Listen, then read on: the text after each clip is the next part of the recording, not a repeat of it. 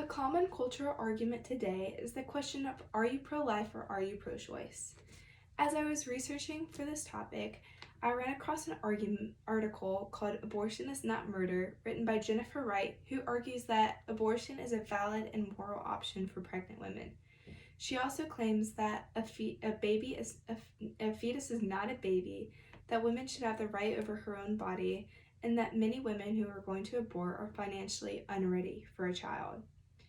I disagree with this article and want to share with you the reasons why I believe that abortion minimizes the value of human life, takes away the right a baby has to live, and that there are other options for unplanned pregnancies.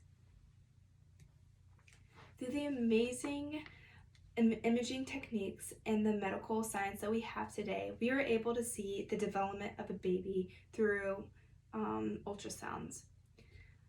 According to an article written by Marple, just 5 weeks after conception, you can hear a baby's heart start to beat. You can also determine a baby's gender after 14 weeks. That means a baby can be determined as a boy or girl after 14 weeks and not just tissue. There are also circumstances in which a premature baby can live 21 weeks after conception. I don't understand how a baby can be aborted at the same gestational age and they not consider that baby a human life, but a baby can live prematurely and their human life would never be questioned. I believe the worth of a child does not depend on how developed they are. For instance, a baby toddler is a lot different than a teenager. A toddler cannot do the same things that a teenager would be able to do, but their life would not be questioned. Every human life is valuable, no matter if the baby is unborn, born, a teenager, or a full-grown adult. Another argument regarding pro-choice is that women should have the right over their own body.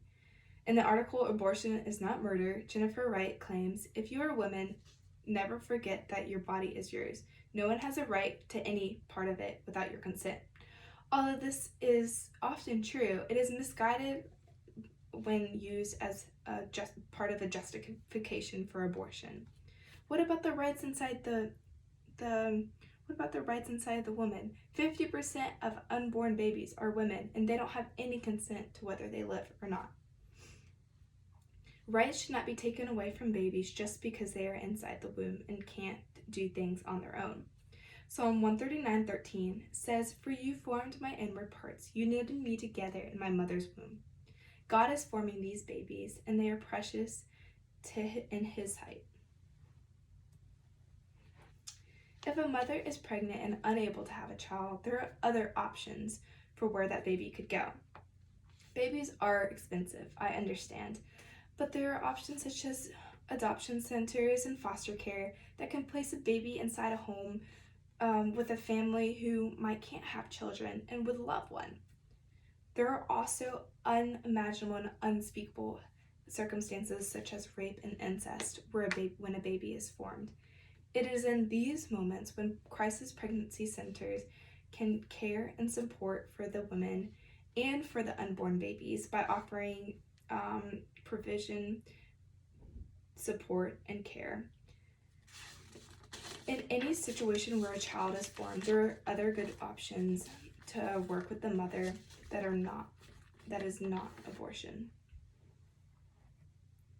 In conclusion, after sharing why I believe abortion does not place value on every human life, nor does it acknowledge the right for life of an unborn human, and there are other options for unplanned pregnancies, I hope you can see abortion in the same light that I do. One day, I hope abortion is illegal in the United States and that this argument will stop. I have one last verse for you. Genesis 1:27 says, "So God created male and female in His image. In the image of God, He created them, male and female, He created them." Not only did God create human life, but He also made a specific purpose for each human life that He created. Babies are important and therefore should be protected. Here is my works cited page.